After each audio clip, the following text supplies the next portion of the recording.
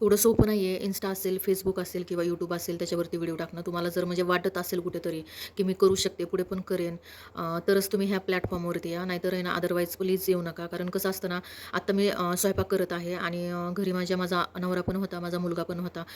त्यांना मी छोटीशी रिक्वेस्ट केली, की मला थोडंसं ना हेल्प करा. पण खरंच त्यांची हेल्प नाही होत आपल्याला. जर आपल्याला म्हणजे होत असेल पुढे आणि आपल्याला वाटत असेल, तर मी ह्या गोष्टी माझ्याच सगळ्या हँडल करते. स्वयंपाक असेल घरात, तर तुम्ही बघू शकता माझ्या व्हिडिओमध्ये, की माझी स्वच्छता वगैरे किती असते. ह्या सगळ्या गोष्टी मी हँडल करते. मला हँडल करता येतात. तर म्हणजे तुम्हाला तुमचं हे माहिती आहे, की तुम्हाला कितपत तुम्ही हे करू शकता म्हणजे तुमची कॅपॅसिटी किती आहे. तर त्याच्यानुसारच तुम्ही प्रयत्न करा. उगाचच नाहीतर आहे ना स्टार्टिंग करायची आणि नंतर सोडून द्यायची. त्याचा काहीही उपयोग नाही आहे. तर प्लीज म्हणजे जे काय करताय ना ते म्हणजे विचारपूर्वकच करा.